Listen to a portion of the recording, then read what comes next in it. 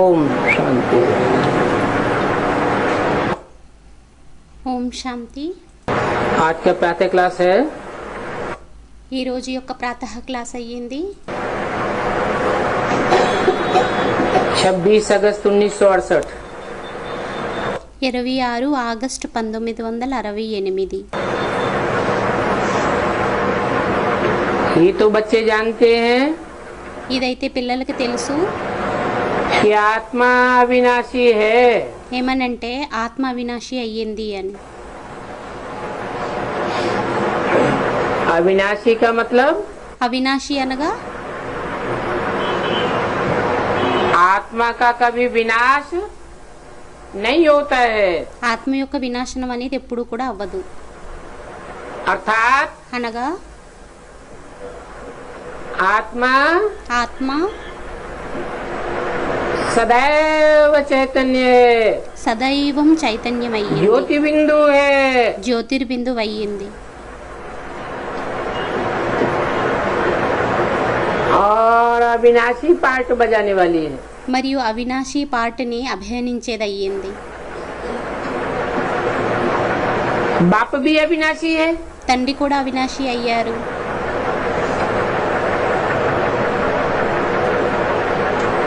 तो फिर बताओ అయితే మరి చెప్పండి कि प्यार किसको करना चाहिए? ప్రేమని ఎవరిని ప్రేమించాలి? आत्मा को प्यार करना चाहिए ఆత్మని ప్రేమించాలా? आत्माओं के बाप परमपिता परमात्मा को प्यार करना चाहिए ఆత్మల యొక్క తండ్రి పరంపిత పరమాత్మని ప్రేమించాలా? या देह को प्यार करना चाहिए? లేక దేహాన్ని ప్రేమించాలా? देहधारी को प्यार करना चाहिए? లేక దేహధారిని ప్రేమించాలా? विनाशी को प्यार करना चाहिए వినాశిని ప్రేమించాలా? या अविनाशी को प्यार करना चाहिए? లేక అవినాశిని ప్రేమించాలా? विनाशी को प्यार करेंगे వినాశిని ప్రేమించినట్లయితే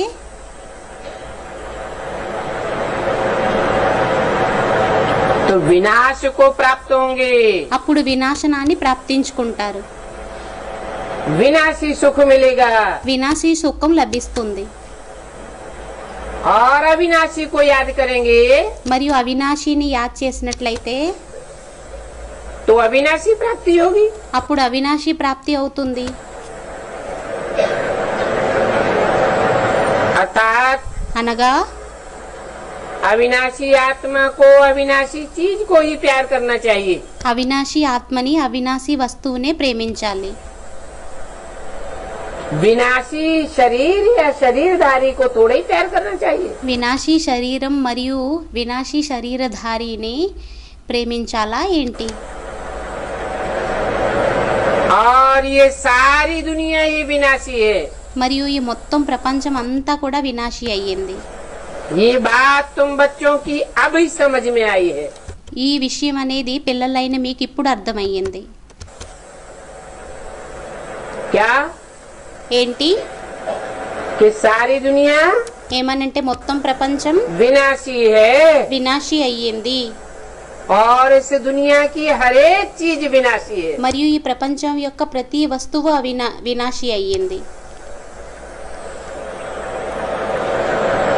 ये शरीर भी विनाशी है। ఈ శరీరం కూడా వినాశి అయ్యింది। आज इन शरीरों को देखते हो, कल नहीं रहेंगे। ఈ రోజు ఈ శరీరాలను చూస్తాము, రేపు ఉండవు। आत्मा विनाशी है। ఆత్మ వినాశి అయ్యింది। तो आत्मा का प्यार అయితే ఆత్మ యొక్క ప్రేమ अविनाशी प्यार हो जाएगा। అవినాశి ప్రేమ అయిపోతుంది। जन्म जन्मांतर के लिए अविनाशी हो जाएगा। జన్మ జన్మాంతరాల కోసం అవినాశి అయిపోతుంది। और देह का प्यार మరియు దేహం యొక్క ప్రేమ विनाशी हो जाएगा। వినాశి అయిపోతుంది। किसी का विनाश होता है तो दुख होता है। ఎవరి యొక్క వినాశనం అయినా కూడా అప్పుడు దుఃఖం అనేది అవుతుంది. देह के प्यार దేహం యొక్క ప్రేమ विनाशी होने के कारण, వినాశి అయిన కారణంగా प्यार का जब विनाश होगा ప్రేమ యొక్క వినాశనం ఎప్పుడైతే అవుతుందో तो दुख हो जाएगा। అప్పుడు దుఃఖం అయిపోతుంది. आत्मा तो कब मरती नहीं है। ఆత్మ అయితే ఎప్పుడూ మరణించదు. इस आत्मा को ही कहा जाता है राइटियस। ఈ ఆత్మని అనడం జరుగుతుంది రైటియస్. देह దేహం अनराइटियस है। అన్రైటియస్ అయ్యింది. तो राइटियस అయితే రైటియస్ और अनराइटियस, మరియు అన్రైటియస్ इस बात को बाप ही समझाते हैं। ఈ విషయాన్ని తండ్రి అర్థం చేయిస్తారు. बाप कहते हैं తండ్రి అంటారు, अभी इस अंतिम जन्म में तुम अनराइटियस बन पड़े हो। ఇప్పుడు ఈ అంతిమ జన్మలోని మీరు అన్రైటియస్ గా అయిపోయారు.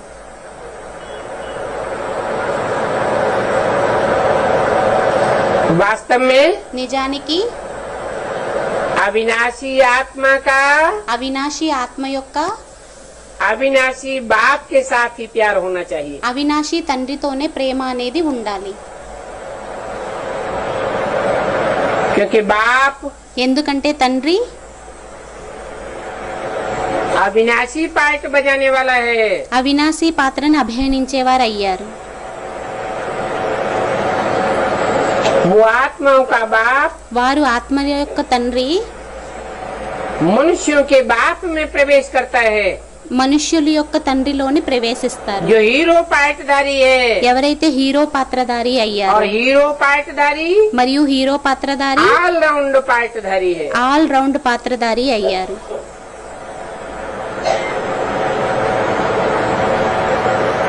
तो उसका पार्ट भी अविनाशी, అయితే అతని యొక్క పాట కూడా అవినాశి అయ్యింది. आत्मा भी अविनाशी, ఆత్మ కూడా అవినాశి అయ్యింది. इसलिए राइटियस कहेंगे। అందువలనే రైటియస్ అని అనడం జరుగుతుంది. तुम्हारा प्यार మీ యొక్క ప్రేమ शरीर के साथ हो गया है, శరీరంతోని అయిపోయింది. इसलिए तुमको रोना అందువలనే पड़ता है। మీకు ఏడవాల్సి వస్తుంది. अविनाशी के प्यार साथ प्यार नहीं है, అవినాశితో పాటు ప్రేమ అనేది లేదు. इसलिए तुमको रोना पड़ता है। అందువలనే మీకు ఏడవవలసి వస్తుంది. विनाशी के साथ प्यार होने से వినాశితోని ప్రేమ అయినట్లయితే रोना जरूर पड़ेगा। ఏడవడం అనేది తప్పకుండా అవుతుంది. अभी तुम अपन को अविनाशी आत्मा समझते हो, ఇప్పుడు మీరు స్వయాన్ని అవినాశి ఆత్మ అని అనుకుంటారు. तो रोने की दरकार नहीं। అప్పుడు ఏడవవలసిన అవసరం అనేది లేదు. वो देह का प्यार अनराइटियस प्यार है। ఆ దేహం యొక్క ప్రేమ అన్రైటియస్ रोना ప్రేమ पड़ता है। అయ్యింది. అందువలనే ఏడవాల్సి వస్తుంది. बाप पूछते हैं తండ్రి అడుగుతారు, सतयुग में कोई रोते हैं? సత్యుగంలో ఎవరైనా ఏడుస్తారా? रोते हैं? ఏడుస్తారా? नहीं। क्यों? ఏడవరు. ఎందుకని? क्योंकि वहाँ सब अपन को आत्मा समझते हैं ఎందుకంటే అక్కడ అందరూ స్వయాన్ని ఆత్మ అని और అనుకుంటారు दूसरों को भी మరియు వేరే వారిని కూడా आत्मा समझते हैं। ఆత్మ అని అనుకుంటారు. वहाँ आत्मा अभिमानी है, అక్కడ ఆత్మాభిమానిలయ్యారు.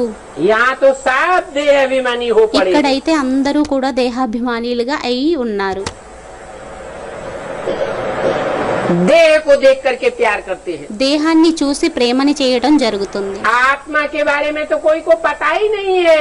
ఆత్మ కోసం అయితే ఎవరికీ తెలియనే తెలియదు. अगर आत्मा के जन्म जन्मांतर के नाम रूप गुण कर्तव्यों को पता हो ఒకవేళ ఆత్మ గురించి జన్మల యొక్క నామ రూప దేశ కాలాల గురించి తెలిసినట్లయితే तो आत्मा से प्यार करें। అప్పుడు ఆత్మతోని ప్రేమని చెయ్యాలి. तो अभी बाप तुम बच्चों को आत्माभिमानी बनाते हैं। అయితే తండ్రి పిల్లలైన మిమ్మల్ని ఆత్మాభిమానిలుగా తయారు చేస్తున్నారు. क्योंकि देह अभिमानी होने से रोना पड़ता है। ఎందుకంటే దేహాభిమానిగా అయినట్లయితే ఏడవాల్సి వస్తుంది.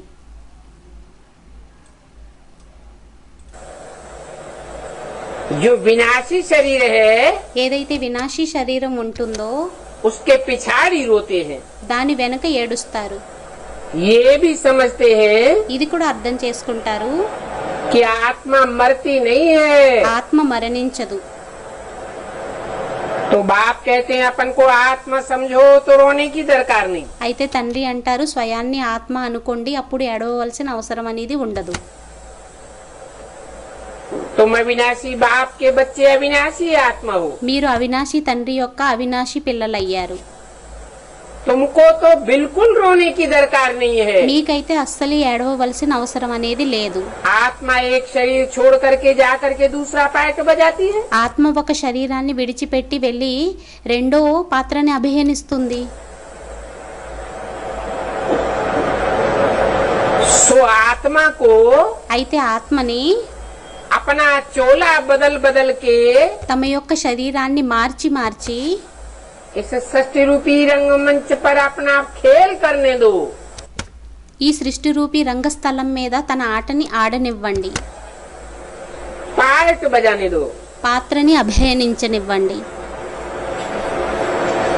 तुम देहधारियों से देह से ममत्व क्यों रखते हो? మీరు దేహధారీయులతోని దేహంతోని మమత్వాన్ని ఎందుకు పెట్టుకుంటారు? देह सहित దేహ సహితంగా देह के संबंधों से बुद्धियोग तोड़ दो। దేహం యొక్క సంబంధీయుల నుండి బుద్ధియోగాన్ని తొలగించండి.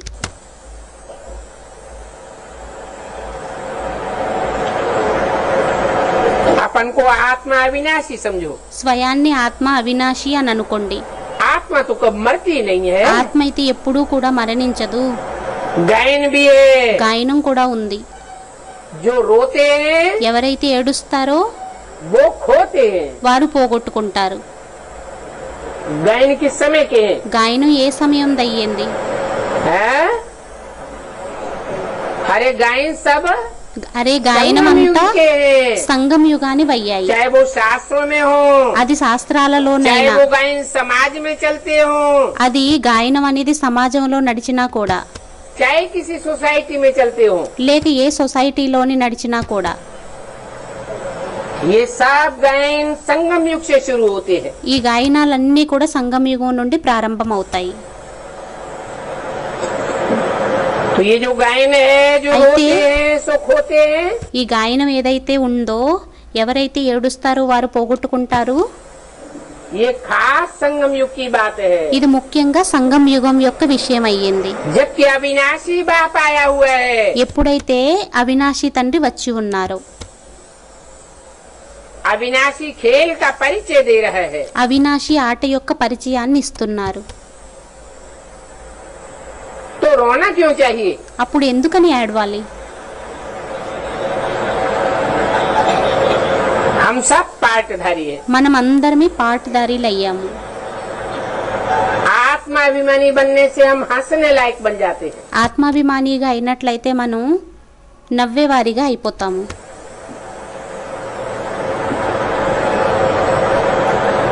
तो बाप देह अभिमानी से आत्माभिमानी बनाते हैं। అయితే తండ్రి దేహాభిమాని నుండి ఆత్మాభిమానిగా తయారు कहते हैं చేస్తారు. बच्चे అంటారు, పిల్లలు तुम कितने भूले हुए हो, మీరెంత మరిచిపోయి ఉన్నారు, घड़ी घड़ी देह को याद करते रहते हो।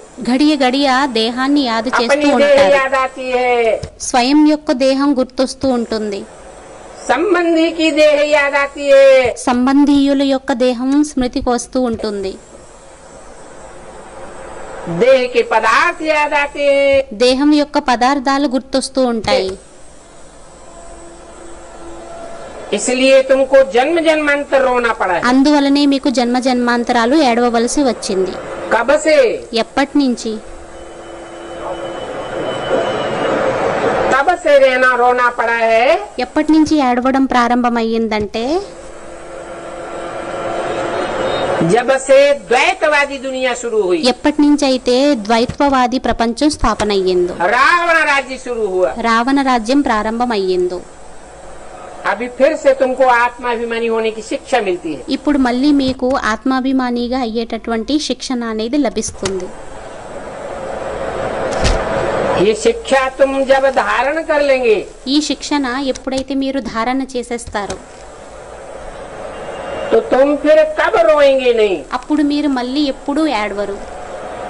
ये तो है ही रोने वालों की दुनिया. ఇదయ్యింది ఏడ్చే వారి యొక్క ప్రపంచం. रावण है रुलाने वाला రావణుడు ఏడ్పించేవాడయ్యాడు.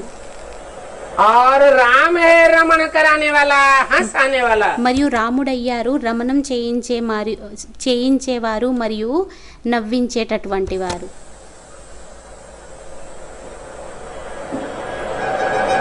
वो हंसने वालों की नई दुनिया अभी आने वाली है. ఇప్పుడు ఆ నవ్వేటటువంటి వారి యొక్క కొత్త ప్రపంచం రానున్నది. ये है दुख की दुनिया ఇదయ్యింది దుఃఖం యొక్క ప్రపంచం. और वो है दुख सुख की दुनिया. అదయ్యింది సుఖం యొక్క ప్రపంచం. तो बाप అయితే తండ్రి बहुत अच्छी तरह से बैठ शिक्षा देते हैं. చాలా మంచి రీతిలో కూర్చొని శిక్షణ అనేది ఇస్తారు. अविनाशी बाप के अविनाशी बच्चों को शिक्षा मिलती है. అవినాశి తండ్రికి తండ్రి యొక్క అవినాశి పిల్లలకి శిక్షణ అనేది లభిస్తుంది.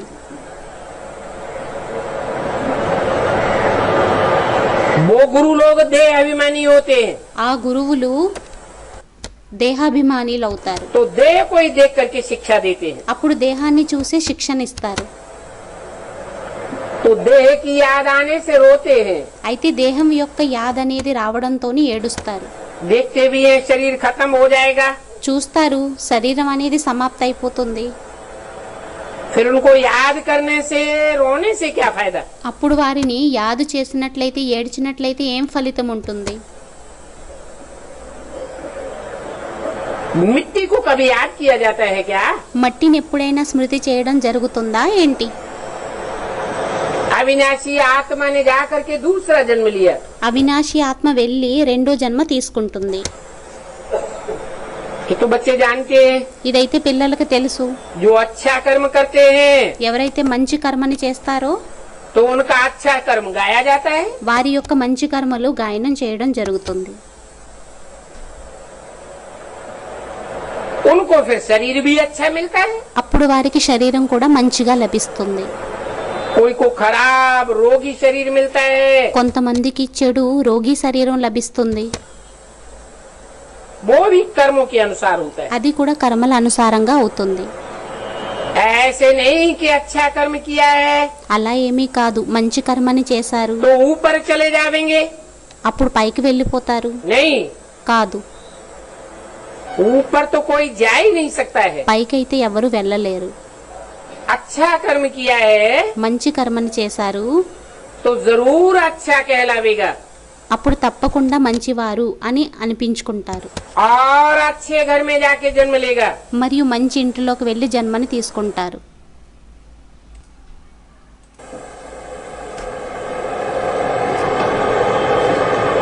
फिर भी అయినా కూడా जन्म बाई जन्म नीचे तो उतरना जरूर है. జన్మ బై జన్మ కిందకైతే దిగడం అనేది తప్పనిసరి అయ్యింది. तुम जानते हो మీకు తెలుసు हम कैसे चढ़ते हैं और कैसे उतरते हैं. మనం ఎలా ఎక్కుతాము ఎలా దిగుతాము. कैसे चढ़ते हैं ఎలా ఎక్కుతాము हैं? इस एक संगम युग में ఏదో ఒక సంగమ యుగంలోని जब बाप आकर के हमको कर्मों की शिक्षा देते हैं, ఎప్పుడైతే తండ్రి వచ్చి కర్మల యొక్క శిక్షణ అనేది ఇస్తారో आत्मा का ज्ञान देते हैं, ఆత్మ యొక్క జ్ఞానాన్ని ఇస్తారో तो अच्छे कर्म करने के कारण हम एक जन्म में चढ़ते हैं. మంచి కర్మలు చేసిన కారణంగా ఒక్క జన్మలోని మనం ఎక్కుతాము. और फिर 84 जन्मों में మళ్ళీ 84 జన్మలలోని देह के सुख भोगते भोगते नीचे उतरते हैं. దేహం యొక్క సుఖాన్ని భోగిస్తూ భోగిస్తూ కిందకి దిగుతాము.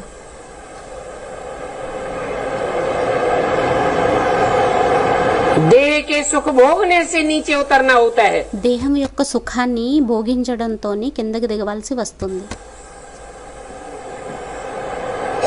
कलाएं कम होती जाती है. కళలు తగ్గిపోతూ ఉంటాయి. देह के सुख भोगते भोगते आत्मा की शक्ति क्षीण होती जाती है. దేహం యొక్క సుఖాన్ని భోగిస్తూ ఆత్మ యొక్క శక్తి అనేది క్షీణిస్తూ ఉంటుంది.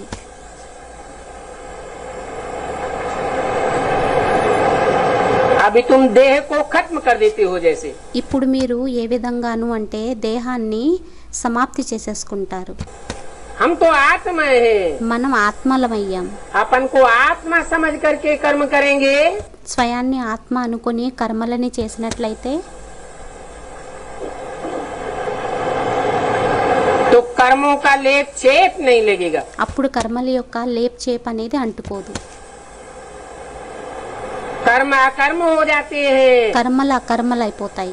यहाँ तक कि पूर्व जन्मों के पाप कर्म भी भस्म हो जाते हैं। ఇంతవరకు అయ్యింది పూర్వ జన్మల యొక్క పాపకర్మలు కూడా భస్మం అయిపోతాయి.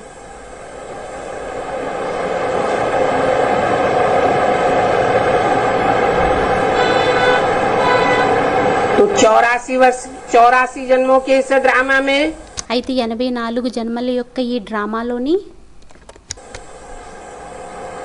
अच्छे कर्मों अनुसार अच्छा जन्म तो मिलेगा, మంచి కర్మల అనుసారంగా మంచి జన్మ అయితే లభిస్తుంది. फिर भी वहाँ नीचे उतरते उतरते कला कम होती जाएगी। అయినా కూడా అక్కడ కిందకి దిగుతూ దిగుతూ కళలు అనేవి తగ్గిపోతూ ఉంటాయి. बल कोई अच्छा महात्मा बनेगा, భలే ఎవరైనా మంచి మహాత్మగా అవ్వచ్చు, फिर भी उसकी कला कम होती जाएगी। అయినా కూడా అతని యొక్క కళలు అనేవి తగ్గిపోతూ ఉంటాయి. बाप कहते हैं తండ్రి అంటారు,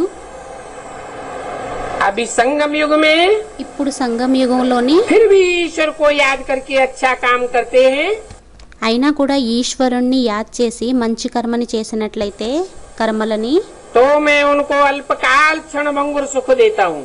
అప్పుడు నేను అల్పకాలిక క్షణభంగూర్ సుఖాన్ని ఇస్తాను. క్షణికాలపు సుఖాన్ని ఇస్తాను. सीढ़ी तो नीचे उतरनी होती है, మెట్లయితే కిందకి దిగాల్సి వస్తుంది. क्योंकि बाप के ఎందుకంటే తండ్రి యొక్క और आत्मा के असली स्वरूप को नहीं जानते हैं। ఎందుకంటే ఆత్మ యొక్క మరియు ఆత్మ యొక్క తండ్రి యొక్క అసలు స్వరూపాన్ని గుర్తించరు.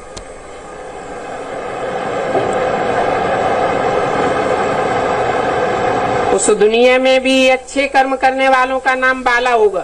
ఆ ప్రపంచంలోని కూడా మంచి కర్మలు చేసేటటువంటి వారి యొక్క పేరు అనేది ప్రసిద్ధి చెందుతుంది. परंतु यहाँ इस दुनिया में तो अच्छे बुरे काम को भी नहीं जानते हैं। కానీ ఇక్కడ ఈ ప్రపంచంలోనైతే మంచి చెడు యొక్క పనుల గురించి కూడా తెలియదు.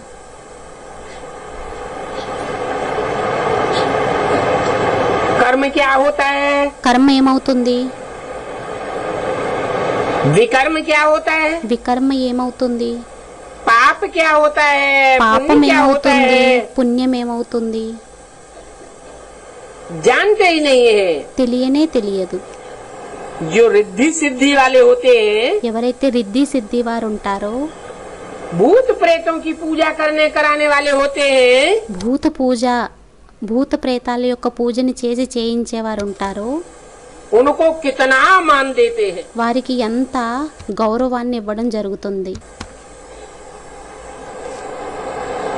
समझते हैं इन्होंने आत्मा को भी बस में कर लिया। అనుకుంటారు వీరు ఆత్మని కూడా వశంలోని తీసేసుకున్నారు. उनके पिछाड़ी వారి వెనుక मनुष्य जैसे कि पागल हो जाते हैं। మనుషులు ఏ విధంగాను అంటే వారి వెనుక పిచ్చివారైపోతారు. औलियों के पिछाड़ी, तांत्रिकों के पिछाड़ी, మాంత్రికుల వెనకాతల మరియు తాంత్రికుల వెనకాతల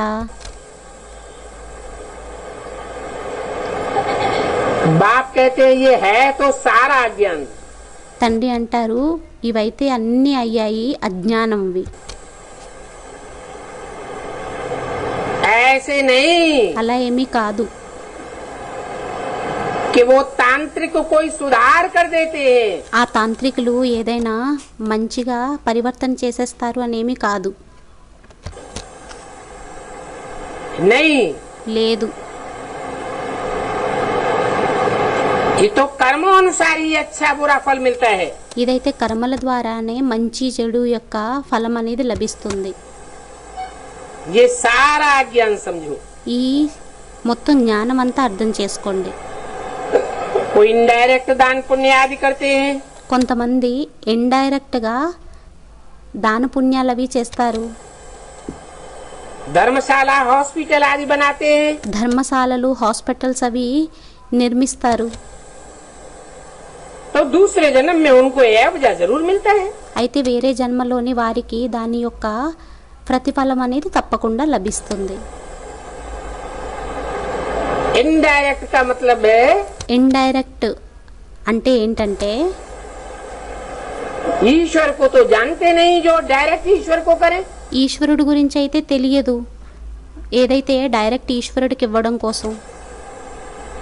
कोई गुरुओं के थ्रू करते हैं, కొంతమంది గురువులు త్రూ ఇస్తూ ఉంటారు, कोई तांत्रिकों के थ्रू करते हैं, కొంతమంది తాంత్రికుల ద్వారా చేస్తూ ఉంటారు,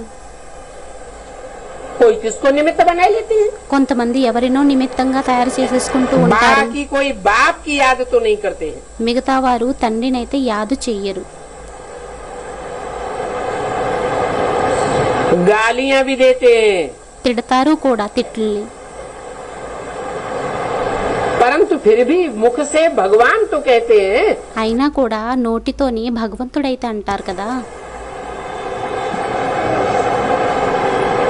तो देखो अनजान होने के कारण जानते कुछ भी नहीं है. అయితే చూడండి, తెలియలేని కారణంగా అసలు ఏమీ కూడా వారికి తెలియదు. भगवान को याद करके रुद्र पूजा करते हैं, భగవంతుని స్మృతి చేసుకొని రుద్ర పూజని చేస్తారు. और समझते हैं कि रुद्र भगवान है. మరియు అనుకుంటారు రుద్రుడు భగవంతుడయ్యారు. उनके लिए कहते हैं వారి కోసం అంటారు कि रुद्र ने आकर के रुद्र ज्ञान यज्ञ रचा. రుద్రుడు ఇక్కడికి వచ్చి రుద్ర జ్ఞాన యజ్ఞాన్ని రచించారు.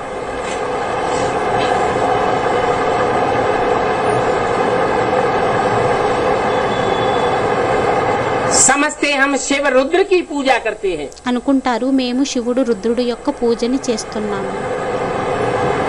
तो बाप कहते हैं मेरी पूजा तो करते हैं, తండ్రి అంటారు నా పూజనైతే చేస్తారు, परंतु बिना जाने बिना समझे करते रहते हैं. అయినా కూడా తెలుసుకోకుండా గుర్తించకుండా చేస్తారు.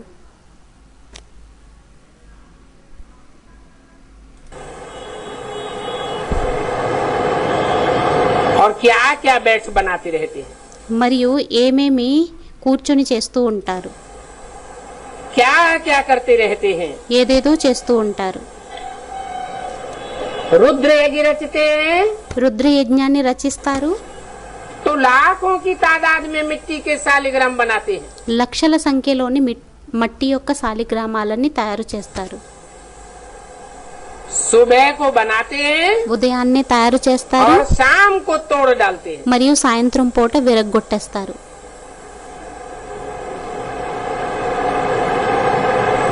क्या मतलब हुआ దీని అర్థం ఏమైంది? है? भक्ति मार्ग में ऐसा क्यों करते हैं? భక్తి మార్గంలోని ఆ విధంగా ఎందుకని कहाँ की చేస్తారు? यादगार है ఎక్కడి యొక్క స్మృతి చిహ్నం అయ్యింది? कि सवेरे को ఉదయాన్నే लाखों की तादाद में లక్షల సంఖ్యలోని शालिग्राम बनावेंगे, శాలిగ్రామాలని తయారు చేస్తారు, मिट्टी के ही बनावेंगे. మట్టివే తయారు చేస్తారు. ये शरीर मिट्टी का है ना. ఈ శరీరం మట్టిదయ్యింది కదా. संगम युग में जो ब्राह्मण होते हैं సంగం యుగంలోని బ్రాహ్మణులు ఎవరైతే उन ఉంటారో ब्राह्मणों का शरीर भी तो मिट्टी का ही होता है ना. ఆ బ్రాహ్మణుల యొక్క శరీరం కూడా మట్టిదే అవుతుంది కదా. तो भक्ति मार्ग में भी मिट्टी के शालिग्राम बनाते हैं. అయితే భక్తి మార్గంలోని కూడా మట్టి యొక్క శాలిగ్రామాలను తయారు చేస్తారు. सुबह को बनाते हैं, शाम को तोड़ देते हैं. ఉదయాన్నే చేస్తారు, సాయంత్రం क्या విరగ్గొట్టేస్తారు. मतलब हुआ దీని అర్థం ఏమయ్యింది? है? अरे सवेरे को निश्चय बैठता है और शाम को निश्चय उखड़ जाता है. అరే ఉదయాన్నే నిశ్చయం అనేది ఏర్పడుతుంది, సాయంత్రం నిశ్చయం అనేది తొలగిపోతుంది. ऐसे बनना और बिगड़ना होता रहता है. అలా తయారవ్వడం మరియు పాడైపోవడం జరుగుతుంది. क्या क्या करते रहते हैं, ఏవేవో చేస్తూ ఉంటారు.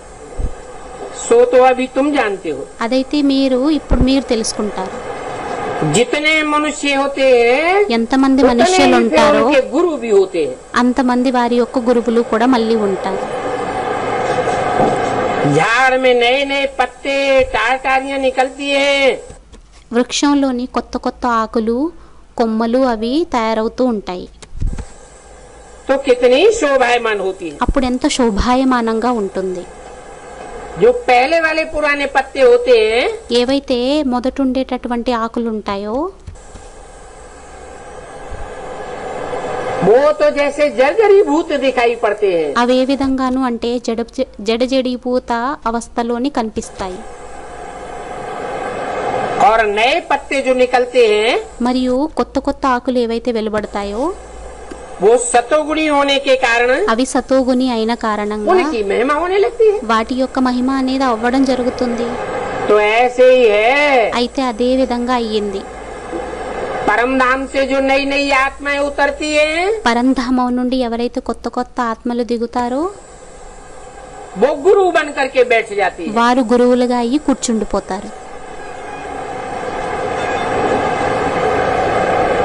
चाहे वो स्वामी रामदेव हो, विवेकानंद हो, అది స్వామి రామదేవుడైనా వివేకానందుడైనా कोई धर्म पिताएं हो, ఏ ధర్మపితలైనా कोई भी हो, ఎవరైనా కూడా पहले जन्म में उनका कितना मान मर्तबा हो जाता है. మొదటి జన్మలో వారి యొక్క గౌరవ మర్యాదలు అనేవి ఎంత అయిపోతాయి. नए नए पत्ते होने के कारण कितनी कशिश होती है. కొత్త కొత్త ఆకులైన కారణంగా ఎంత ఆకర్షణ అనేది అవుతుంది. बाप कहते हैं తండ్రి అంటారు ये सारी दुनिया विनाशी है. ఈ మొత్తం ప్రపంచం అంతా వినాశీ అయ్యింది. सब विनाश की ओर गिरते जाते हैं. అందరూ వినాశనం వైపు పడిపోతూ ఉంటారు. जो अपन को विनाशी स्टेज के समझते होंगे ఎవరైతే స్వయాన్ని వినాశీ స్టేజ్ వారు అని అనుకుంటారో विनाशी देह समझते होंगे वो ही इनको प्यार करेंगे. ఎవరైతే వినాశీ దేహం అనుకుంటారో వారే వీరిని ప్రేమిస్తారు. किनको ఎవరిని नए नए झाड़ के निकलने वाले पत्तों को. వృక్షం యొక్క ఏవైతే కొత్త కొత్తగా వచ్చేటటువంటి ఆకుల్ని जो गुरु बन करके बैठते हैं. ఎవరైతే గురువుగా అయి కూర్చుంటారు. कोई कोई का बहुत प्यार होता है కొంతమందికి చాలా ప్రేమ ఉన్నట్లయితే तो उनके मोह में पागल हो जाते हैं. అప్పుడు వారి యొక్క మోహంలోని పిచ్చివారిగా అయిపోతారు. बड़े बड़े सेठ मोहवश पागल हो जाते हैं. పెద్ద పెద్ద సేట్లు మోహం వశ కారణంగా పిచ్చివారైపోతారు.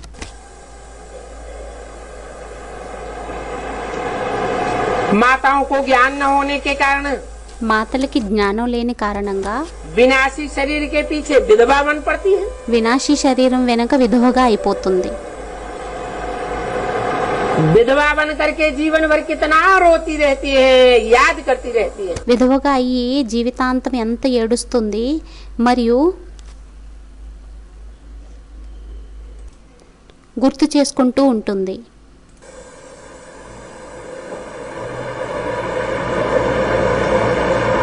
अभी तुम तो अपन को आत्मा समझते हो. ఇప్పుడైతే మీరు స్వయాన్ని ఆత్మ అని అనుకుంటారు. दूसरे को भी आत्मा के रूप में देखते हो వేరే వారిని కూడా ఆత్మిక రూపంలోని చూస్తారు. तो तुमको तो जरा भी दुख नहीं होता है. అయితే మీకైతే కొంచెం కూడా దుఃఖం అనేది ఉండదు. वहाँ सतयुग में तुमको जरा भी दुख नहीं होगा. అక్కడ సత్యయుగంలో మీకు కొంచెం కూడా దుఃఖం అనేది ఉండదు. बल कोई भी शरीर छोड़ दे భలే ఎవ్వరు శరీరాన్ని విడిచిపెట్టేసినా కూడా और वहाँ तुम्हारे पास सदैव था संपत्ति रहती है. మరియు అక్కడ మీ దగ్గర అపారమైన ధన సంపత్తి ఉంటుంది.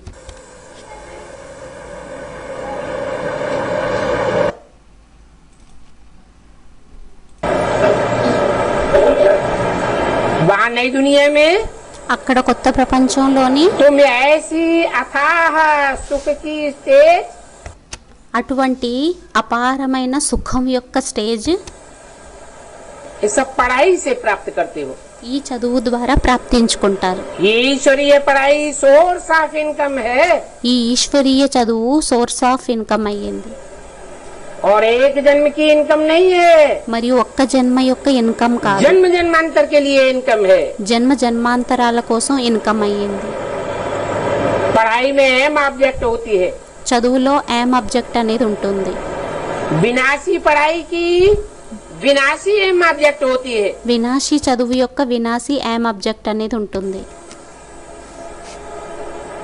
कोई डॉक्टरी पढ़ेगा కొంతమంది तो డాక్టరీగా अहम చదువుతారు. ऑब्जेक्ट हो कि बड़ा सर्जन बनूंगा।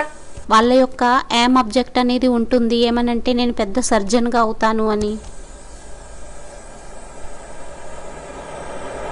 कोई लॉ की पढ़ाई पढ़ेगा तो अहम ऑब्जेक्ट होती है मैं जज बनूंगा। ఎవరైనా లా యొక్క చదువుని చదివినట్లయితే వారి యొక్క ఏం అబ్జెక్ట్ ఉంటుంది ఏమనంటే నేను పెద్ద జడ్జిగా అవుతాను అని. सुप्रीम कोर्ट का चीफ जस्टिस बनूंगा। సుప్రీం కోర్టు యొక్క చీఫ్ జస్టిస్గా అవుతాను. परंतु वो अहम ऑब्जेक्ट और वो पढ़ाई से एक ही जन्म में खलास हो जाएगी। కానీ ఆ ఏం అబ్జెక్ట్ యొక్క చదువు మరియు పదవి అనేది ఈ ఒక్క జన్మలోనే సమాప్తి అయిపోతుంది. वो पढ़ाई और उसकी अहम ऑब्जेक्ट ఆ చదువు మరియు వారి యొక్క ఏం అబ్జెక్ట్ अगले जन्म में వేరే జన్మలోని नहीं चलेगी। తరువాత జన్మలోని నడవదు. वो आसुरी पढ़ाइयाँ हैं, అది ఆసురీ చదువులయ్యాయి, देह की पढ़ाइयाँ हैं। దేహం యొక్క చదువులయ్యాయి. देह का कनेक्शन एक जन्म से होता है, దేహం యొక్క కనెక్షన్ అనేది ఒక్క జన్మతోనే ఉంటుంది మరియు ఆత్మ యొక్క కనెక్షన్ अनेक जन्मों से होता है। అనేక జన్మలతోని ఉంటుంది. ये आत्मा की पढ़ाई आत्माओं का बाप परम पिता परमात्मा ही पढ़ाते हैं। ఈ ఆత్మల యొక్క చదువుని ఆత్మల యొక్క తండ్రి పరంపిత పరమాత్మనే చదివిస్తారు. बाप भी अविनाशी తండ్రి కూడా और అవినాశి उसकी पढ़ाई भी మరియు వారి యొక్క अविनाशी చదువు కూడా और अहम అవినాశి ऑब्जेक्ट भी మరియు ఆయన యొక్క ఏం అబ్జెక్ట్ కూడా अविनाशी। అవినాశి అయ్యింది. एक जन्म के लिए तुम नहीं पढ़ते हो, ఒక్క జన్మ కోసం మీరు చదువుని చదవరు, तुम जन्म जन्मांतर की सुख शांति के लिए पढ़ते हो। మీరు జన్మ జన్మాంతరాల యొక్క సుఖశాంతి కోసం చదువుతారు. जन्म जन्मांतर के लिए मर्तबा लेने के लिए पढ़ते हो। జన్మ జన్మాంతరాలు గౌరవ మర్యాదలను తీసుకోవడం కోసం చదువుతారు. तुम ऐसी पढ़ाई पढ़ते हो మీరు ఎటువంటి చదువుని చదువుతారంటే जो पढ़ाई आज तक दुनिया में किसी जन्म में किसी गुरु ने नहीं पढ़ाई। అటువంటి చదువుని ఏ జన్మలోని కూడా ఏ గురువు చదివించి ఉండి ఉండరు. वो गुरु जो भी पढ़ाइयाँ पढ़ाते हैं ఆ గురువులు ఏదైతే చదువుని చదివిస్తారో आधीन बनाने की पढ़ाइयाँ पढ़ाते हैं। ఆధీనంగా అయ్యేటటువంటి చదువుని చదివిస్తారు. और बाप जो राजयोग पढ़ाते हैं మరియు తండ్రి ఏదైతే రాజయోగాన్ని చదివిస్తారో वो राजा बनने और बनाने की पढ़ाई पढ़ाते हैं। అది రాజుగా అయ్యి రాజుగా చేయించేటటువంటి చదువుని చదివిస్తారు. राजा किसी के अधीन नहीं होता है, రాజు ఎవరి యొక్క అధీనము అవ్వడు. तो बाप अधिकारी बनाते हैं అయితే తండ్రి అధికారిగా తయారు చేస్తారు.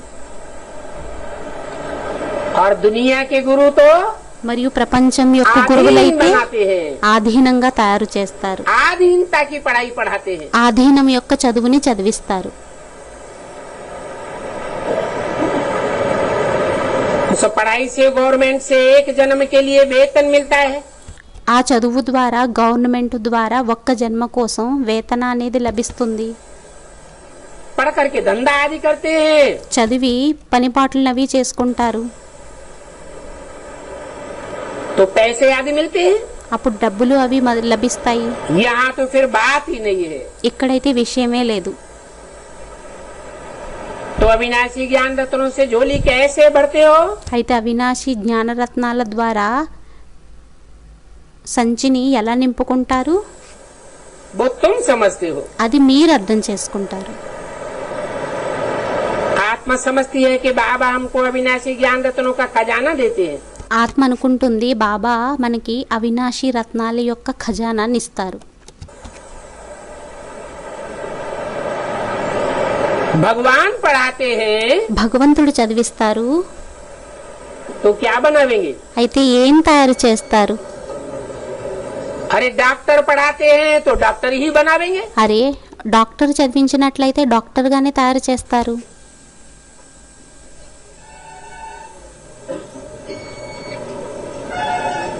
वकालत पढ़ाते हैं तो वकील ही पढ़ावेंगे। వకాలత్ని చదివినట్లయితే వకీలే చదివిస్తారు. इंजीनियर की पढ़ाई पढ़ते हैं ఇంజనీర్ యొక్క చదువుని तो చదివినట్లయితే इंजीनियर ही पढ़ावेगा। ఇంజనీరే చదివిస్తాడు. यहाँ पढ़ाने वाला कौन है? ఇక్కడ చదివించేటటువంటి వారెవరు? हैं? स्वयं भगवान है। స్వయం तो क्या భగవంతుడయ్యారు. बनाते हैं? మరి అప్పుడు ఏ విధంగా తయారు भगवान చేస్తారు? भगवती बनाते हैं, భగవాన్ భగవతిగా తయారు చేస్తారు. गॉड गॉडेस बनाते हैं। గాడ్ గాడేజ్ గా తయారు చేస్తారు. इससे ऊंच पद तो और कोई होता ही नहीं है। దీనికంటే ఉన్నతమైన పదవి వేరొకటి ఇంకేమీ ఉండదు.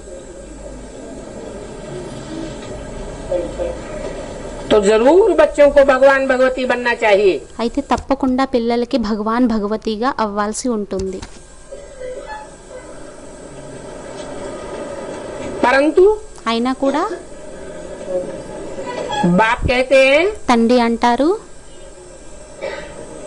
कि भक्ति मार्ग में इन लक्ष्मी नारायण को भगवान भगवती समझते हैं। భక్తి మార్గంలో ఈ లక్ష్మీనారాయణులని భగవాన్ భగవతి అని అనుకుంటారు.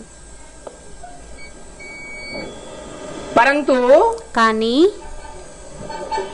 लक्ष्मी नारायण कोई भगवान भगवती होते नहीं है। లక్ష్మీనారాయణులు భగవాన్ భగవతి ఏమీ అవ్వరు. क्यों? ఎందుకని? भगवान एक होता है భగవంతుడు ఒక్కరుంటారా, या दो होते हैं, లేక ఇద్దరుంటారా, या अनेक होते हैं? లేక అనేకులుంటారా? गॉड इज वन कहा जाता है, గాడ్ ఈజ్ వన్ అని అనడం జరుగుతుంది. ट्रुथ इज वन कहा जाता है। ట్రూత్ ఈజ్ వన్ అని అనడం జరుగుతుంది. सच्चाई एक ही होती है। సత్యం ఒక్కటే ఉంటుంది. सच्चाई के अनेक रूप नहीं होते। సత్యం యొక్క అనేక రూపాలు ఉండవు.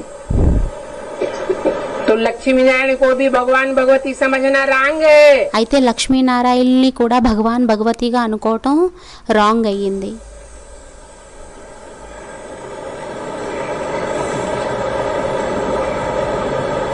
राम सीता की भी डायनेस्टी फेल हुई।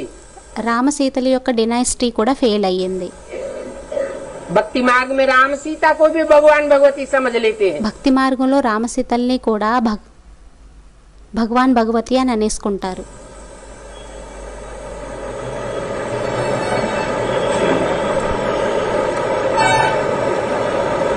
राम की सारी डायनेस्टी फेल हो गई, రాముడి యొక్క మొత్తం డినాసిటీ అంతా ఫెయిల్ అయిపోయింది.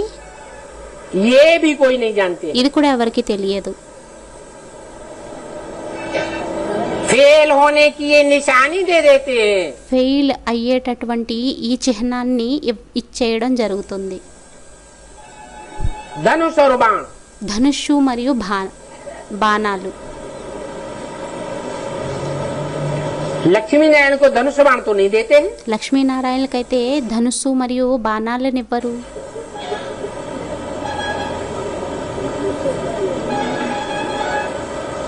तुम सब क्षत्रिय तो बनते हो ना। మీరందరూ క్షత్రియులుగా అయితే అవుతారు కదా. पहले देवता बनते हैं, మొదట దేవతలుగా అవుతారు, फिर क्षत्रिय भी बनते हैं। తర్వాత క్షత్రియులుగా కూడా అవుతారు. माया रावण पर जीत पाते हो। మాయా రావణుడి మీద జీతును పొందుతారు. वो मनुष्य बेचारे तो रावण का अर्थ भी कुछ नहीं समझते। ఆ మనుషులైతే పాపం రావణుడి యొక్క అర్థం కూడా వారికి తెలియదు.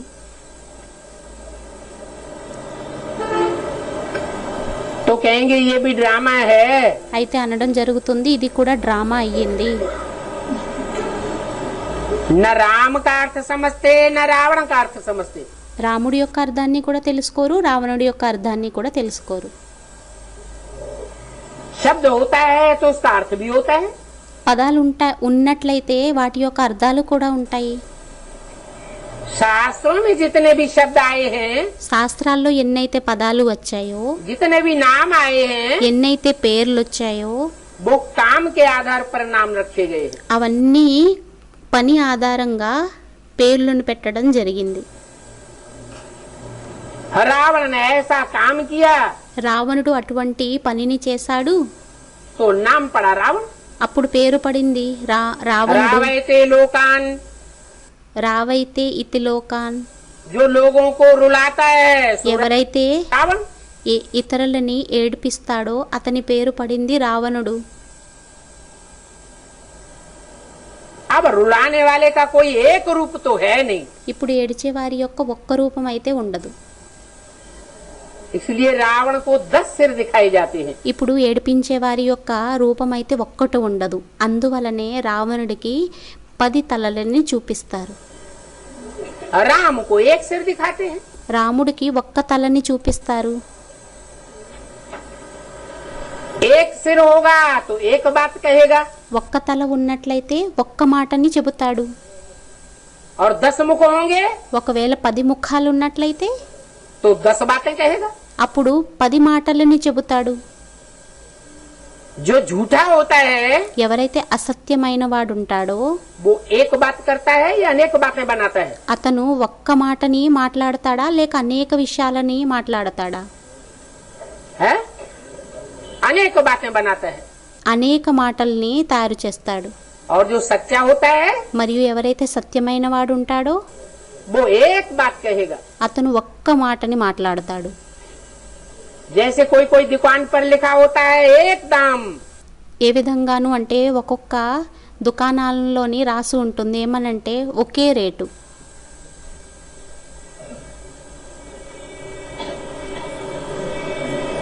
तो ये भगवान की हट्टी है। అయితే ఈ భగవంతుడి యొక్క దుకాణం అయ్యింది. भगवान आकर जो बात सुनाते हैं భగవంతుడు వచ్చి ఏదైతే విషయాన్ని వినిపిస్తారో वो एक ही बात सुनाते हैं। అది ఒక్కటే విషయాన్ని వినిపిస్తారు. वो बात कभी बदलती नहीं है। ఆ మాట ఎప్పుడూ కూడా మారదు. अर्थ बदल सकता है అర్థం మారచ్చు परंतु अर्थ का अनर्थ नहीं हो सकता। కానీ అర్థం యొక్క అనర్థం అవ్వలేదు. तो ये ड्रामा है। అయితే ఇది డ్రామా అయ్యింది. अभी हम समझते हैं ఇప్పుడు మనం అర్థం చేసుకుంటాము. जब हम देह अभिमान में होते हैं ఎప్పుడైతే మనం దేహాభిమానంలో तो ఉంటామో हमारी बुद्धि कितनी डिग्रेड हो जाती है। అప్పుడు మన బుద్ధి ఎంత డిగ్రేడ్ అయిపోతుంది.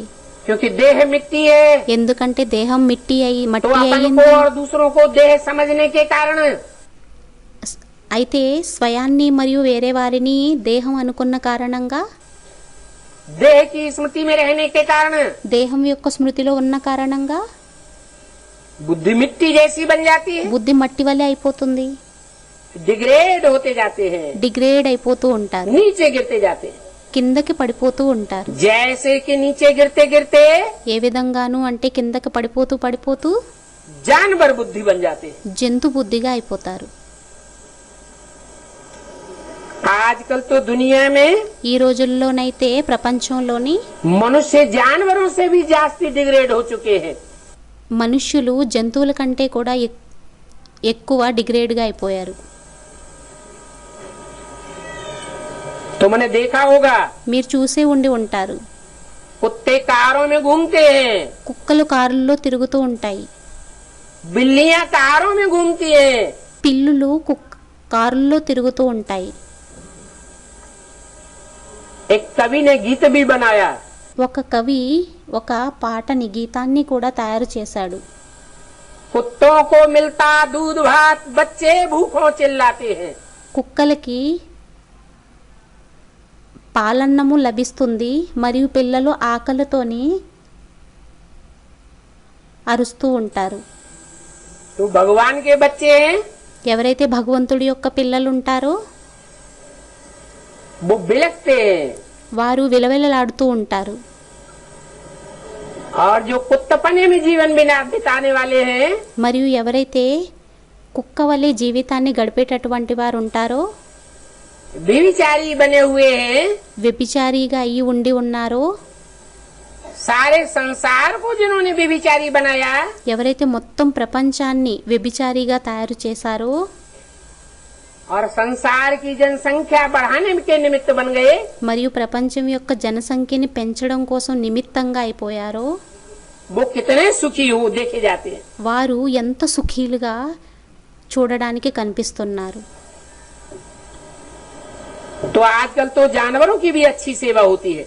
అయితే ఈ రోజుల్లోని జంతువుల యొక్క సేవ కూడా చాలా మంచిగా అవుతూ ఉంటుంది.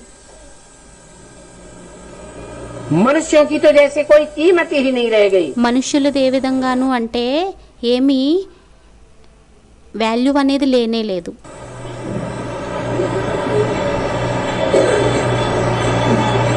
अब मनुष्य बेचारे कुछ कर तो सकते नहीं है। పాపం మనుషులైతే ఏమీ చెయ్యనే లేరు.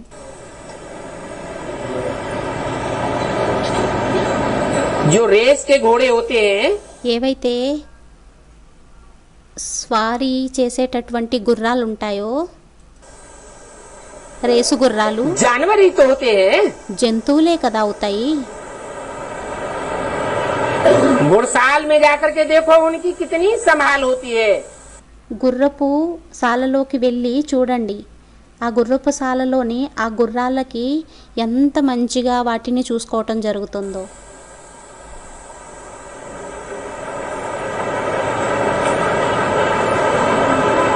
कितनी होशियारी से रखते हैं। ఎంత తెలివిగా పెడుతూ ఉంటారు. इन जानवरों के बराबरी में मनुष्यों की तो देखो क्या हाल हो गई।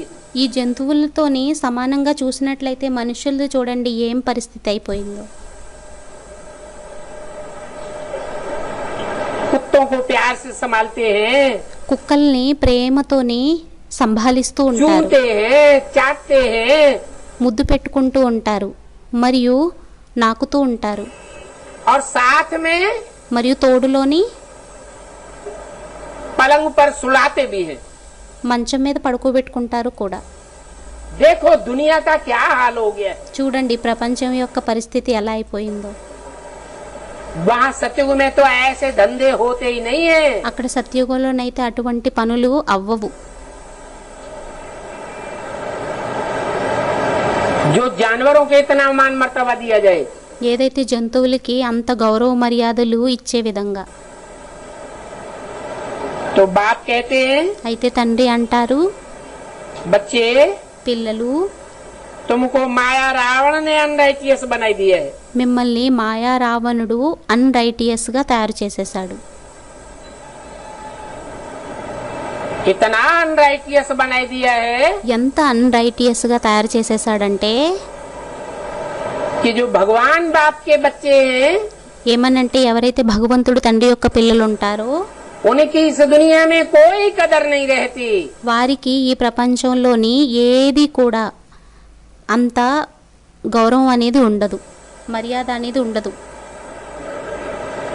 और जो जानवरों जैसे स्वभाव संस्कार वाले हैं, మరియు ఎవరైతే జంతు సమానంగా స్వభావ సంస్కారాలు ఉండేటటువంటి వారు ఉంటారో उनकी देखो कितनी कदर हो जाती है। వారికి చూడండి ఎంత మర్యాద అనేది అయిపోతుందో.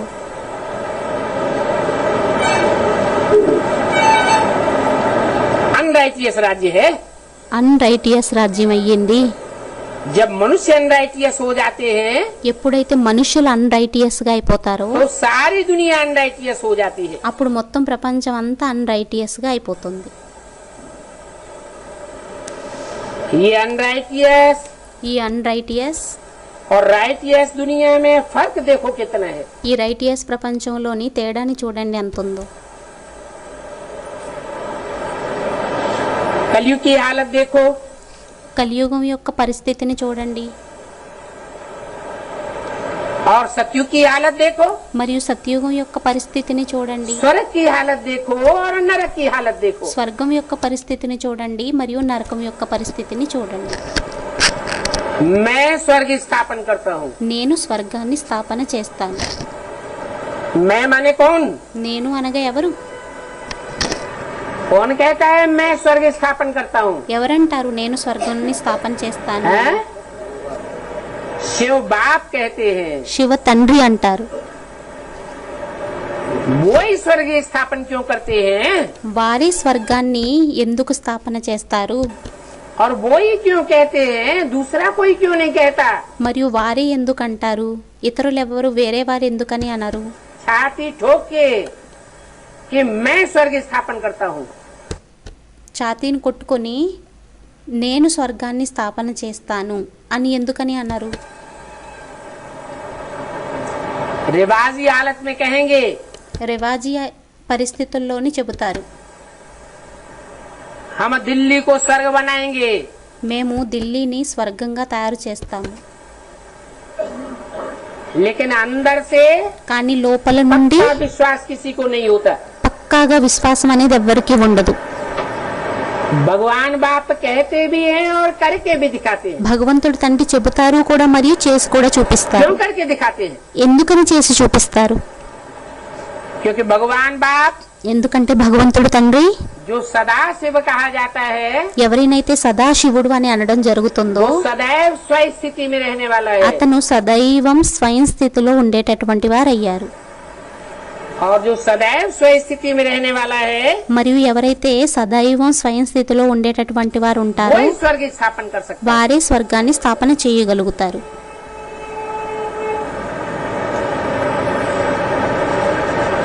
बाकी जो मनुष्य हैं, మిగతా ఎవరైతే మనుష్యులు ఉంటారో जिन्हें नर कहा जाता है, ఎవరినైతే నరులు అని అనడం జరుగుతుందో वो तो नरक ही बनावेंगे. వారైతే నరకాన్నే తయారు చేస్తారు. नर बनाते हैं नरक, నరుడు తయారు చేస్తాడు నరకాన్ని. और सदैव स्वयं स्थिति में रहने वाला शिव बनाता है स्वर्ग. మరియు సదైవం స్వయం స్థితిలో ఉండేటటువంటి వారు తయారు చేస్తారు స్వర్గాన్ని. तो माया भी अपना स्वर्ग दिखलाती है, అయితే మాయ కూడా తన స్వర్గాన్ని చూపిస్తుంది. अल्पकाल के लिए. అల్పకాలికం కోసం 2500 वर्ष माया का राज्य चलता है. 2500 సంవత్సరాలు మాయ యొక్క రాజ్యం నడుస్తుంది. 2500 अभी సంవత్సరాలలోని 100 वर्ष के अंदर ఇప్పుడు 100-150 సంవత్సరాల లోపల दुनिया में माया का पाम्प एंड शो कितना बढ़ जाता है. ప్రపంచంలోని మాయ యొక్క పంపెంట్ షో అనేది ఎంత పెరిగిపోతుంది. दुनिया के लोग समझते हैं कि ये दुनिया तो अभी जैसे स्वर्ग बन रही है. ప్రపంచం వారు అనుకుంటారు ఏమనంటే ఇప్పుడు ఈ ప్రపంచం అనేది స్వర్గంగా తయారైపోతూ ఉంది.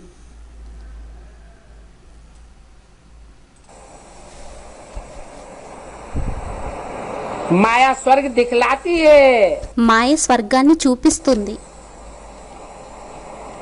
पाम्प एंड शो करके दिखलाती है, పంపెంట్ షోని చేసి చూపిస్తుంది.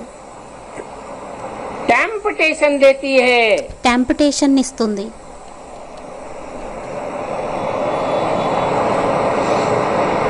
दिखाते हैं చూపిస్తారు कि इतना धन हमारे पास है, ఏమనంటే ఇంత ధనం మా దగ్గర ఉంది, ये देश इतना धनवान है. ఈ దేశం ఇంత ధనవంతుడది అయ్యింది, ధనవంతులది कोई అయ్యింది. तो समझते हैं हम तो यहाँ स्वर्ग में बैठे हैं. కొందరైతే అనుకుంటారు ఏ విధంగానంటే మేము ఇక్కడ స్వర్గంలోని కూర్చొని ఉన్నాము అని.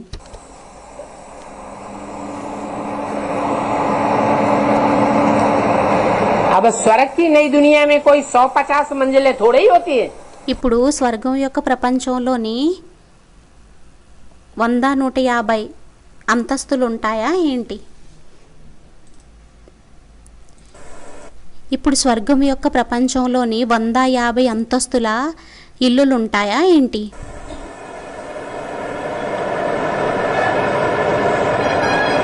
वहाँ तो అక్కడైతే डबल स्टोरी के मकान भी नहीं होते हैं. డబుల్ స్టోరేజ్ ఇల్లులు కూడా ఉండవు.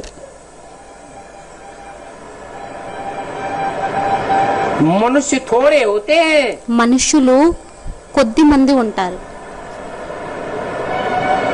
आज की दुनिया में जितनी जमीन है, ఈ రోజుల్లోని ఈ ప్రపంచంలోని ఈ రోజుల్లో ఎంతైతే భూమి అనేది ఉందో इतनी जमीन का तुम वहाँ स्वर्ग में क्या करेंगे? అంత భూమి అనేది అక్కడ స్వర్గంలో ఏం చేసుకుంటారు? तुम स्वर्ग में रहने वाले बच्चे तो बहुत थोड़े हो. మీరు స్వర్గంలో ఉండేటటువంటి పిల్లలైతే చాలా తక్కువ మంది ఉంటారు. यहाँ इस दुनिया में जमीन के पिछाड़ी ఇక్కడ ఈ ప్రపంచంలోని భూమి వెనుక कितना लड़ाई झगड़ा चलता है. ఎంత యుద్ధం అనేది నడుస్తూ ఉంటుంది. और वहाँ तो మరియు అక్కడైతే दुनिया में जितनी भी जमीन होगी, ప్రపంచంలోని ఎంతైతే భూమి ఉంటుందో वो सारी की सारी जमीन तुम्हारी होगी। అదంతా అంతటికంతా మీదైపోతుంది.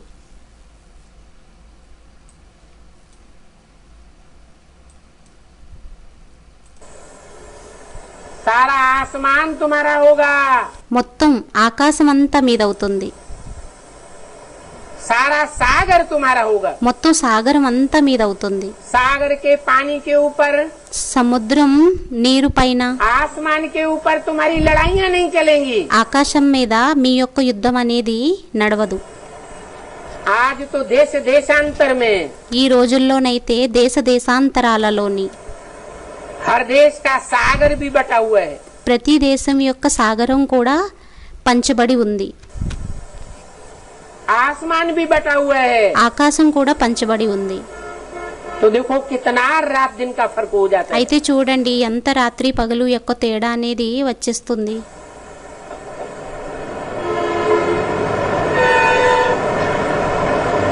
वो होता है लौकिक बाप అదవుతుంది లౌకిక తండ్రి. और ये है पारलौकिक बाप। మరియు వీరయ్యారు పారలౌకిక తండ్రి. तो तुम समझते हो कि पारलौकिक बाप बच्चों को क्या नहीं देते हैं। అయితే మీరు అనుకుంటారు పారలౌకిక తండ్రి పిల్లలకి ఏమి ఇవ్వలేరు. आधा कल्प तो तुम बच्चे भक्ति करते आए, ఆ అర్ధకల్పం అయితే పిల్లలైన మీరు భక్తిని చేస్తూ వచ్చారు. तो बाप साफ कहते हैं అయితే తండ్రి తిన్నగా చెప్పేస్తారు, इस भक्ति से तुमको मुक्ति नहीं मिली, ఈ భక్తి ద్వారా మీకు ముక్తి లభించలేదు, न मिलती है और न कभी मिलेगी। మరియు లభించదు కూడా, ఎప్పుడు లభించదు కూడా. లభించలేదు మరియు ఎప్పుడు లభించదు కూడా. अभी तुमको ज्ञान मिल चुका है। ఇప్పుడు మీకు జ్ఞానం లభించింది. ज्ञान मिलने के बावजूद भी अगर भक्ति करते रहेंगे జ్ఞానం లభించిన తర్వాత ఒకవేళ భక్తిని చేస్తూ ఉన్నట్లయితే तो कुछ भी प्राप्ति नहीं होगी। అప్పుడు ఏమీ కూడా ప్రాప్తి అనేది అవ్వదు. इसलिए बाप कहते हैं भक्ति मार्ग मुर्दाबाद, అందువలనే తండ్రి అంటారు భక్తి మార్గం ముర్దాబాద్, ज्ञान मार्ग జ్ఞాన మార్గం जिंदाबाद। జిందాబాద్. ज्ञान मार्ग जिंदाबाद करेंगे జ్ఞాన మార్గాన్ని జిందాబాద్ చేసినట్లయితే तो तुम मेरे से मिल जाएंगे। అప్పుడు మీరు నాతో కలిసిపోతారు. भक्ति में कोई भी मेरे से नहीं मिलते हैं। భక్తిలో ఎవరు కూడా నాతో కలవరు. अभी तो तुम मेरे से प्रैक्टिकल में मिलते हो ना। ఇప్పుడు మీరైతే నాతోని ప్రాక్టికల్ గా కలుస్తారు కదా. मैं भी मुक्ति धाम में रहता हूँ నేను కూడా ముక్తిధామంలోని और ఉంటాను, तुम भी मुक्ति धाम में रहते हो। మరియు మీరు కూడా ముక్తిధామంలోని ఉంటారు. फिर वहाँ से तुम स्वर्ग में चले आते हो। మళ్ళీ మీరు అక్కడి నుండి స్వర్గంలోకి వెళ్ళిపోతారు. मैं स्वर्ग की नई दुनिया में नहीं जाता हूँ। నేను స్వర్గం యొక్క కొత్త ప్రపంచంలోకి వెళ్ళను. तो देखो అయితే చూడండి भक्ति मार्ग में भगवान से मिलने के लिए मनुष्य क्या क्या करते रहते हैं। భక్తి మార్గంలో భగవంతుడితోని కలవడం కోసం మనుషులు ఏవేవో చేస్తూ ఉంటారు. तो ये सब ड्रामा में नूद है। అయితే ఇదంతా డ్రామాలో ఇమిడి ఉంది. फिर भी ये ड्रामा हूबहू जैसे कि रिपीट होता रहता है। మళ్ళీ ఈ డ్రామా అనేది ఉన్నది ఉన్నట్టుగా రిపీట్ అవుతూ ఉంటుంది. ये ज्ञान फिर भी तुमको भूल जाएगा। ఈ జ్ఞానం అయినా కూడా మళ్ళీ మరిచిపోబడుతుంది. इतना भूल जाएगा ఎంత మరిచిపోవడం జరుగుతుందంటే कि कुछ भी याद नहीं रहेगा। ఏమీ జ్ఞాపకం ఉండదు. सिर्फ तंत्र रह जाएगा कि मैं ज्योति बिंदु आत्मा हूँ। కేవలం తంతు ఉండిపోతుంది. ఏమనంటే నేను జ్యోతిర్బిందు ఆత్మనయ్యాను.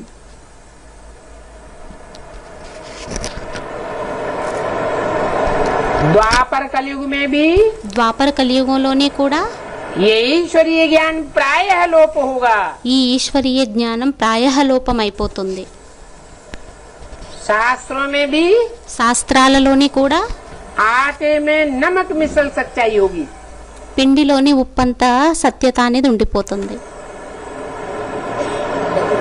जब तक पुरुषोत्तम संगम युग नहीं आया है ఎంతవరకు పురుషోత్తమ సంగమ యుగం రాలేదో तो ये गीता का सच्चा ज्ञान हो कैसे सकता है। అప్పుడు గీత యొక్క ఈ సత్య జ్ఞానం అనేది ఎలా అవ్వగలుగుతుంది. बाकी जो भी शास्त्र आदि हैं మిగతా ఏవైతే శాస్త్రాలు మొదలుగున్నవి ఉంటాయో वो सभी भक्ति मार्ग के हैं। అవన్నీ భక్తి మార్గం అయ్యాయి. उन शास्त्रों के ज्ञान से मेरे से कोई भी नहीं मिल सकता। ఆ శాస్త్రాల యొక్క జ్ఞానం ద్వారా నాతో ఎవ్వరూ కూడా కలవలేరు.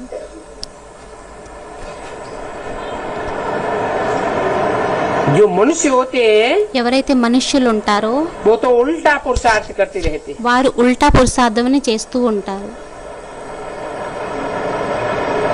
जहाँ भी जाओ, ఎక్కడికి వెళ్ళినా కూడా, जिसके दर पर जाओ, ఎవ్వరి ద్వారం ముందుకు వెళ్ళినా కూడా,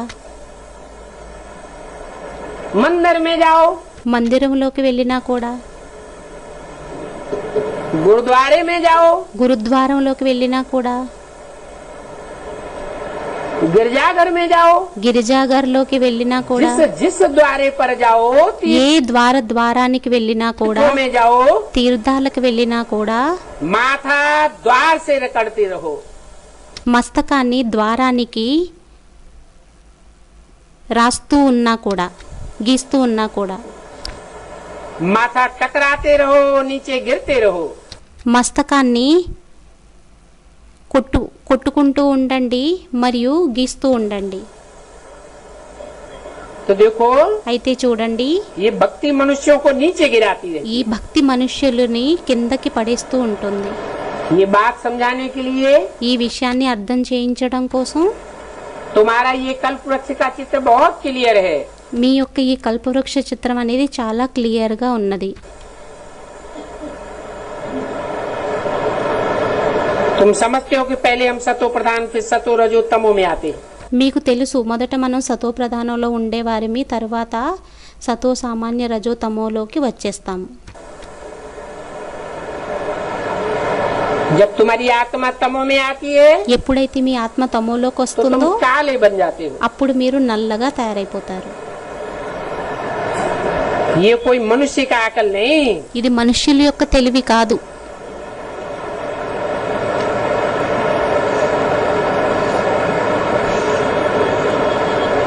ये चित्र भगवान ने साक्षात्कार से बैठ बनवाए हैं। ఈ చిత్రాలని భగవంతుడు సాక్షాత్కారాల ద్వారా చేసి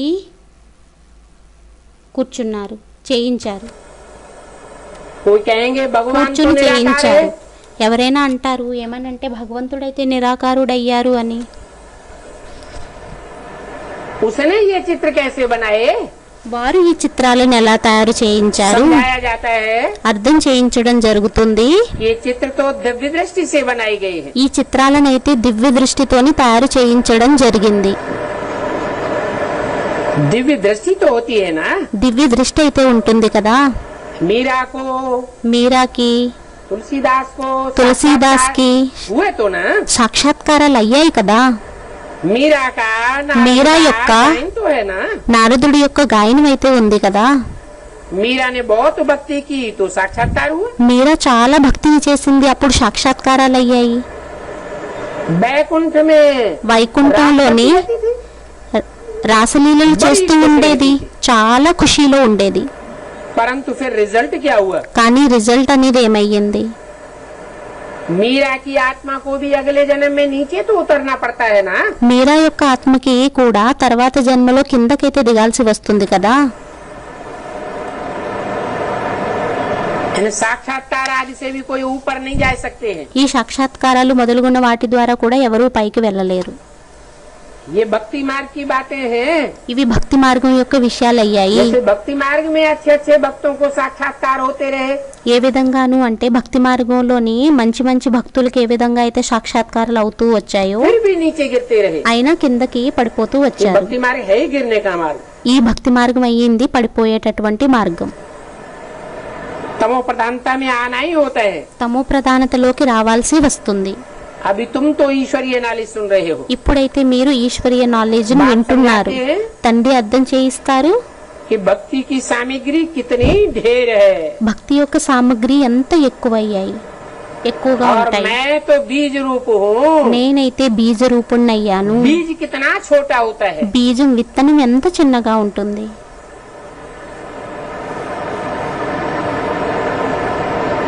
मैं जब आता हूँ నేను ఎప్పుడైతే వస్తానో तो ज्ञान का बीजारोपण करता हूँ। జ్ఞానం యొక్క బీజారోపణని చేస్తాను. फिर वो बीज विस्तार को पा करके మళ్ళీ ఆ బీజం విస్తారాన్ని పొంది कितना बड़ा विस्तार को पाता है कि झाड़ का झाड़ बन जाता है।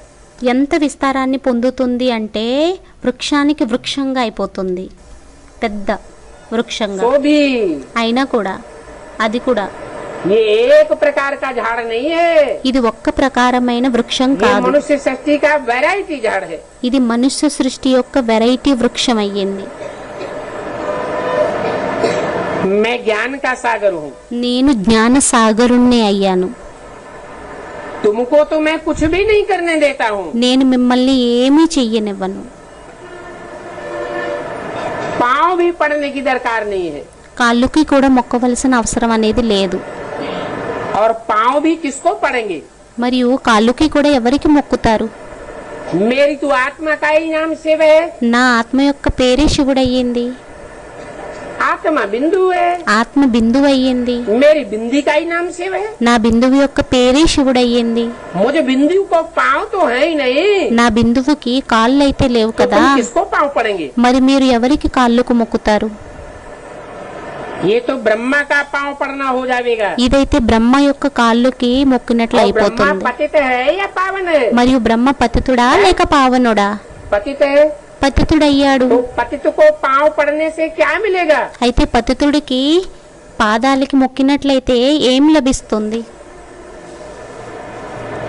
बाप कहते हैं తండ్రి అంటారు, मैं तो तुम्हारा गुलाम बन करके आया हुआ हूँ। నేనైతే మీ యొక్క బానిసుడిగా అయి వచ్చి ఉన్నాను. किसका ఎవరి యొక్క? है? किसका गुलाम बन के आया हुआ हूँ? ఎవరి యొక్క బానిసుడిగా అయి వచ్చాను? तुम्हारा माने किसका? నీ యొక్క అనగా ఎవరి యొక్క? तुम आत्माओं का, ఆత్మలైన మీ యొక్క. जो आत्मिक स्थिति में बन करके ఎవరైతే ఆత్మిక స్థితిలోని ఉండి परीक्षा में पास होते हैं, పరీక్షలోని పాస్ అవుతారో उनके लिए बोला వారి కోసం అన్నారు. मैं तुम्हारा गुलाम हूँ, నేను మీ యొక్క బానిసని, मोस्ट ओबीडिएंट सर्वेंट बन करके आता हूँ। మోస్ట్ ఒబీడెంట్ సర్వెంట్గా అయి వస్తాను. मुझको कहते ही है निराकारी, निरहंकारी, निर्विकारी। నన్ను అనడమే జరుగుతుంది నిరాకారి, నిర్వికారి, నిరహంకారి.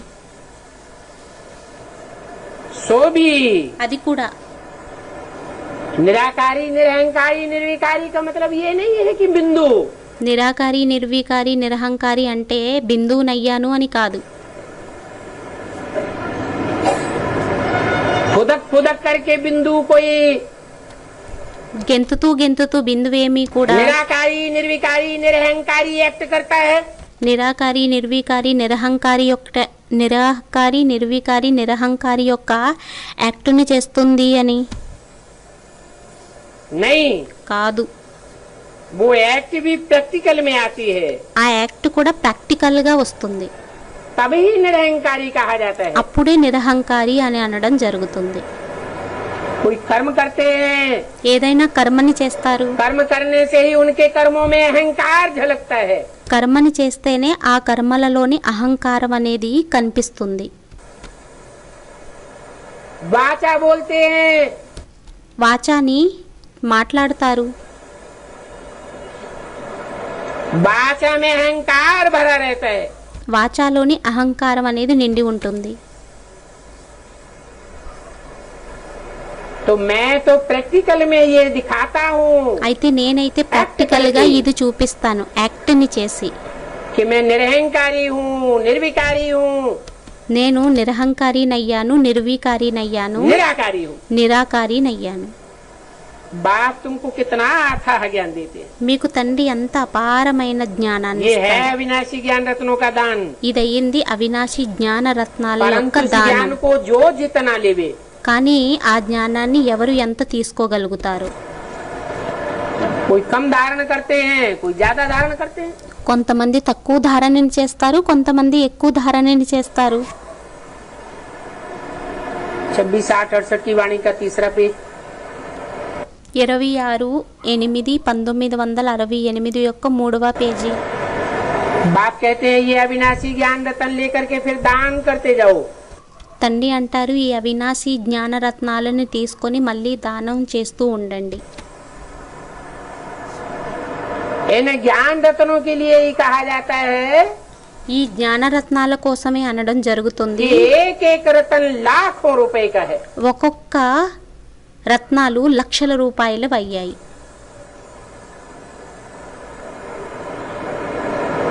तुम सेवा के लिए మీరు సేవ కోసం ईश्वरीय ज्ञान रत्नों की सेवा के लिए जो जो कदम बढ़ाते हो, ఈశ్వరీయ సేవ కోసం ఎలా అయితే అడుగుని ముందుకు వేస్తారో वो एक एक कदम में तुम्हारे पदम भरा हुआ है। ఆ ఒక్కొక్క అడుగులోని పదం అనేది నిండి ఉంది.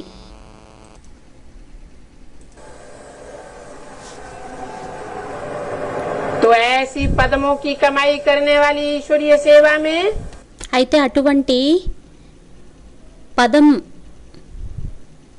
అనేక రెట్లు పదం చేసుకునేటటువంటి ఈశ్వరీయ సేవలోని बड़ा अटेंशन देना चाहिए। చాలా అటెన్షన్ అనేది ఇవ్వాలి.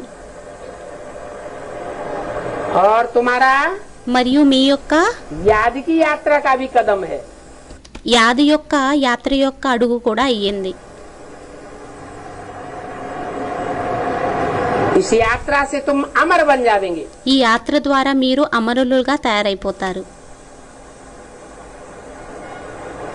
वहाँ मरने आदि का फिक्र नहीं होता है। అక్కడ మరణించేటటువంటి చింత అది ఉండదు. यहाँ तो मरने का कितना फिक्र रहता है। ఇక్కడ చనిపోయేటటువంటి ఎంత చింత ఉంటుంది. वहाँ तो समझते हैं कि हम एक शरीर छोड़ करके जाकर दूसरा लेंगे। అక్కడైతే అనుకుంటారు ఒక్క శరీరాన్ని మనం ఈ శరీరాన్ని విడిచిపెట్టి వెళ్ళి వేరే శరీరాన్ని తీసుకుంటాము అని. तुमने मोहजीत राजा की कथा भी सुनी होगी। మీరు మోహజీత్ రాజా యొక్క కథని కూడా విని ఉండి ఉంటారు. कौन सी कथा है? ఏం కథ అయ్యింది? है भक्ति मार्ग में कोई मोहजीत राजा की कथा सुनी है? భక్తి మార్గంలోని మోహజీత్ రాజా యొక్క కథని ఏదైనా విని ఉంటారా? कोई नाटक दिखाते हैं? ఏదైనా నాటకాన్ని చూపిస్తారా? ఏం నాటకం అయ్యింది? राजा हरिश्चंद्र। రాజా హరిశ్చంద్రుడు. कहते हैं सतयुग में राजा हरिश्चंद्र का राज्य था। అంటారు సత్యుగంలోని రాజా హరిశ్చంద్రుడి యొక్క రాజ్యం ఉండేది అని.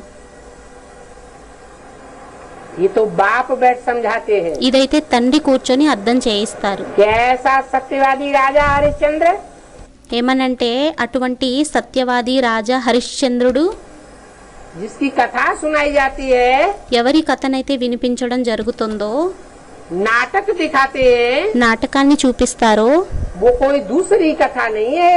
అది వేరే రెండో కథ ఏమీ కాదు. ये वही कथा है जिसका गायन అది ఇదే కథ అయ్యింది.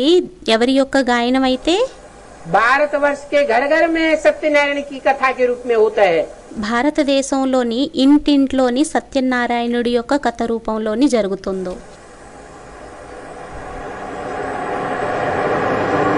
ये सभी कथाएं तुम पास्ट की बैठ करके सुनते हो।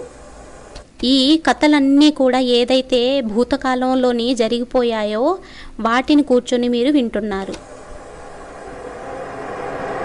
अभी बाप तुमको ऐसा राजा हरिश्चंद्र सत्यवादी बनाने के लिए आए हैं। ఇప్పుడు మిమ్మల్ని తండ్రి ఆ విధంగా రాజా హరిశ్చంద్రుడుగా తయారు చేయడం కోసం వచ్చి ఉన్నారు.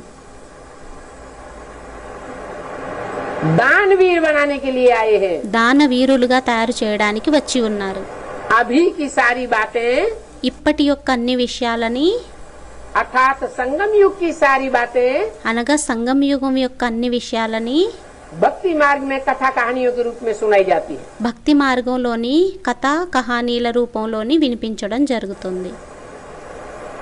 ओम शांति। ఓం శాంతి.